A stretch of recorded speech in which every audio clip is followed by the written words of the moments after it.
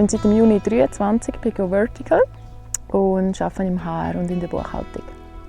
Links davor seht ihr Hill, wenn er absteht. Wo bist du jetzt? Normalerweise bin ich auf dem Bike, Trails fahren und in der Halle am Bouldern. Und heute war es anders am Seil zum Klettern und draussen.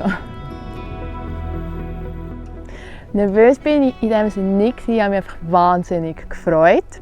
Aber ein bisschen Nervosität kommt, wenn du dann so weißt, was jetzt bevorsteht. Und der Spirit ist super cool, alle haben Spass und sind hochmotiviert, um hier die Wand aufzugehen. Ich muss ja schauen, dass ich schön klettern. Also der Lieblingsmoment, den ich vorziehe, der war nämlich, als ich oben war und eine super Aussicht geniessen konnte. Die Herausforderung sind vielleicht gewisse Stellen dazwischen. Und beim Auflaufen hat man noch Blümchen erklärt, um die Namen von diesen Blümchen sich zu merken, ist die grösste Herausforderung bis heute.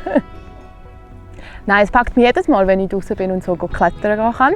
Ich sollte einfach jemanden haben, der es mit mir macht, aber motiviert und macht Lust auf mich.